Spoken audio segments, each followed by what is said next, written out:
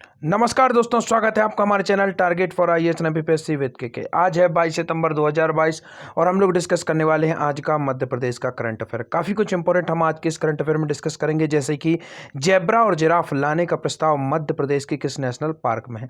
आप सभी को मालूम है, नामीबिया से मध्य प्रदेश में लगभग 5 दिन पहले 17 सितंबर 2022 को, इस डेट को याद रख लीजिए क्योंकि इसी दिन था पीएम मोदी का जन्मदिन और इसी दिन मध्य प्रदेश में नामीबिया नामक अफ्रीकी देश से 8 चीते मध्य प्रदेश में लाए गए थे। 1952 में लास्ट बार चीतों को इस भारत देश में देखा गया था। उसके बाद से पूरे भारतवर्ष में चीते लुप्त हो गए थे। लगभग 70 वर्ष बाद मध्य प्रदेश में दोबारा से चीते प्रवेश कराए गए हैं। कब कराए गए थे? 17 सितंबर 2022 को। उसी क्रम में आप देखेंगे, अब इसी क्रम को आगे बढ़ाते हुए अब मध्य प्रदेश की धरती पर, जी हाँ दोस्तों, मध्य प्रदेश नहीं बल्कि भारत की धरती पर जेब्रा और जिराफ लाने का प्रस्ताव मध्य प्रदेश के किस नेशनल पार्क में है। आप सभी को मालूम है, प्राकृतिक रूप से यह प्रजाति मध्य प्रदेश में नहीं पाई जाती हैं, परंतु मध्य प्रदेश इनके निवास के लिए अनुकूल है। इसी कारण से मध्य प्रदेश में किस राष्ट्रीय उद्यान है मध्य प्रदेश का, जहां पर जेब्रा और जिराफ लाने के प्रस्ताव को जो जानकारी मिलती है। तो चलिए शुरू करते हैं हमारा आज का करंट अफेयर। हमारा पहला क्वेश्चन है, मुख्यमंत्री कितनी औद्योगिक संरचनाओं का करेंगे भूमि पूजन और लोकार्पण? आपका ऑप्शन नंबर 1 है 22 औद्योगिक संरचनाएं, 33 औद्योगिक संरचनाएं, 12 औद्योगिक संरचनाएं या फिर 56 औद्योगिक संरचनाएं। इसका राइट आंसर है दोस्तों 22 औद्योगिक संरचनाओं का लोकार्पण एवं भूमि पूजन किया जाएगा माननीय मुख्यमंत्री शिवराज सिंह चौहान जी द्वारा। कहां पर किया जाएगा? सीहोर में किया जाएगा। सीहोर से संबंधित कुछ इंपॉर्टेंट फैक्ट बता देना चाहूंगा।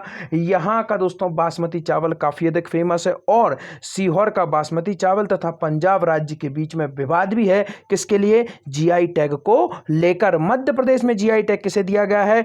कड़कनाथ मुर्गे के लिए। किन दो राज्यों के बीच में विवाद था? मध्य प्रदेश तथा छत्तीसगढ़ दो राज्य थे जिनके बीच में विवाद था कड़कनाथ मुर्गे को लेकर, और यही विवाद सुलझाते हुए 2018 में मध्य प्रदेश के झाबुआ जिले को कड़कनाथ मुर्गे का जीआई टैग प्रदान किया गया। तारीख क्या थी? 2 अगस्त 2018। इसको याद कर लीजिए, काफी अधिक इंपॉर्टेंट यह हो जाता है।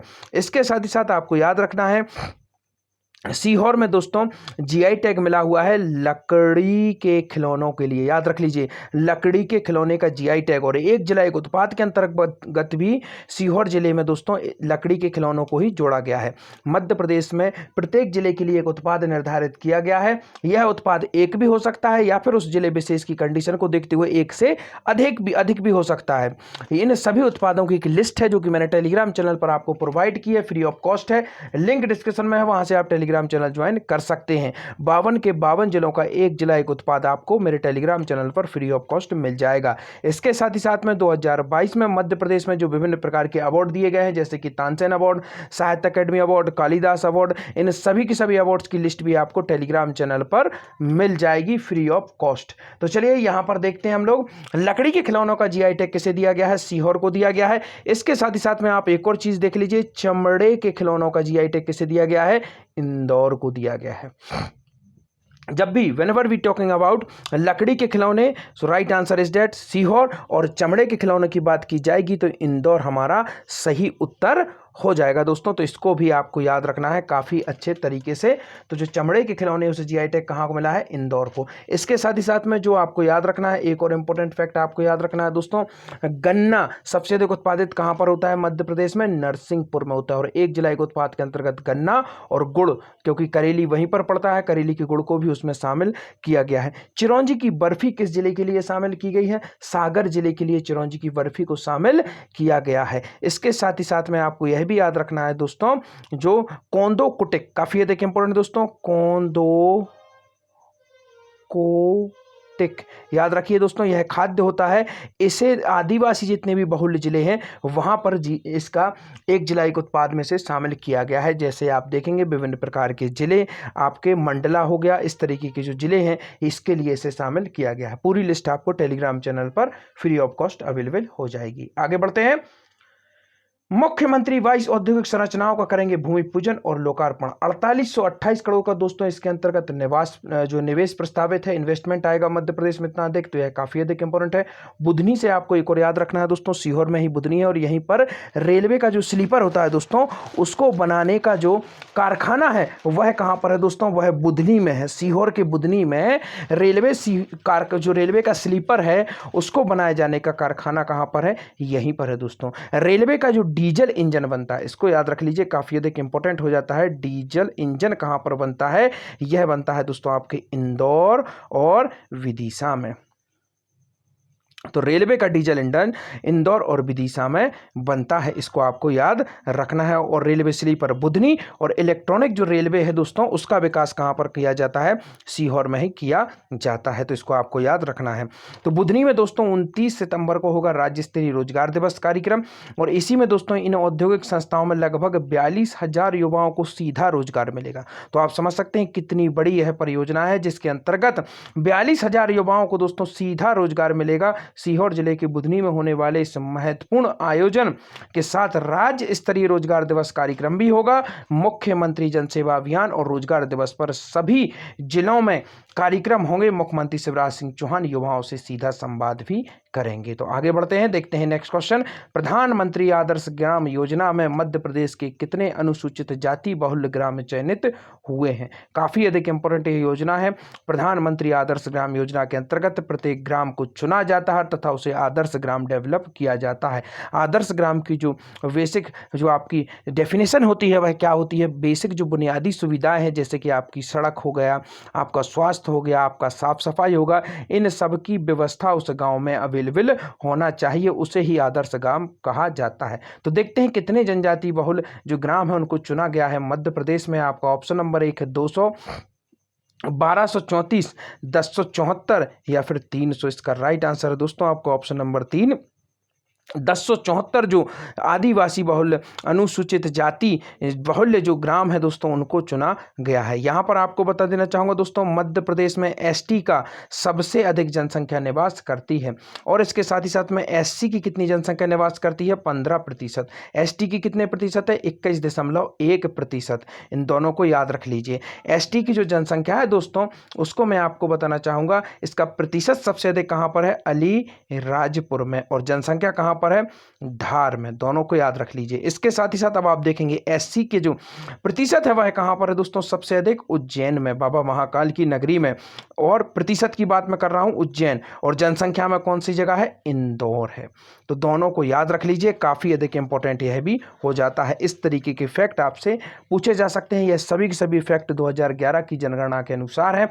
मध्य प्रदेश का जो आप स्टैटिक विभाग पर जाएंगे वहां पर जाके आप दोस्तों यह डाटा पूरा का पूरा प्राप्त कर सकते हैं, क्योंकि जो अदर बुक्स हैं, आप कोई भी बुक देखिए, इवन जो हिंदी ग्रंथ अकेडमी की बुक्स भी हैं उनमें भी काफ़ी गलत दिया गया है। तो आपको सही डाटा केवल मध्य जो सांख्यिकी विभाग है उसकी वेबसाइट पर मिल जाएगा, मध्य प्रदेश जनसंपर्क की वेबसाइट पर भी मिल जाएगा। तो इन वेबसाइट के माध्यम से आप जो फैक्ट है, बेसिक फैक्ट है आपकी जनसंख्या से संबंधित, इनको जरूर कवर करें, क्योंकि कोई भी एग्जाम हो which is conduct bye Madhya Pradesh government, वहां पर आपको जनसंख्या से संबंधित क्वेश्चन आंसर देखने को मिल ही जाते हैं। आगे बढ़ते हैं। प्रधानमंत्री आदर्श ग्राम योजना के सर्वश्रेष्ठ क्रियान्वयन में मध्य प्रदेश के कितने जिले चुने गए? तो यह भी अत्यंत इंपॉर्टेंट है। मध्य प्रदेश के कितने जिलों को इसके सर्वश्रेष्ठ क्रियान्वयन में चुना गया है? आपका ऑप्शन नंबर 1 है 2 जिले, 3 जिले, 4 जिले या फिर 5 जिले। सर्वप्रथम आपको बता देना चाहूंगा, पूरे भारतवर्ष से कितने जिलों को चुना गया है? पूरे भारतवर्ष से चुने गए हैं 3 जिले, और इन 3 जिलों में से 2 जिले हमारे मध्य प्रदेश के हैं। तो इसको याद रख लेना आप। तो जो प्रधानमंत्री आदर्श ग्राम योजना है, इसका सर्वश्रेष्ठ क्रियान्वयन करने में मध्य प्रदेश के कितने जिले चुने गए हैं? 2 जिले चुने गए हैं। और टोटल भारत से कितने चुने गए हैं? 3। तो आप समझ सकते हैं सबसे अधिक जिले किस राज्य से हैं? मध्य प्रदेश से। केवल एक जिला है जो किसी अन्य राज्य से चुना गया है, उस राज्य को आपको ढूंढना है और उस जिले का नाम आपको बताना है। दिस इज योर होमवर्क, क्योंकि यह मेरे मध्य प्रदेश करंट अफेयर का फैक्ट नहीं, मेरे मध्य प्रदेश के करंट अफेयर का फैक्ट इतना है कि मध्य प्रदेश के वह 2 जिले कौन से हैं वह मैं आपको बताऊंगा, और टॉप पर कौन सा जिला रहा इसका जवाब आपको देना है। आगे बढ़ते बढ़ते हैं, प्रधानमंत्री आदर्श ग्राम योजना में मध्य प्रदेश के किस जिले का दूसरा स्थान रहा?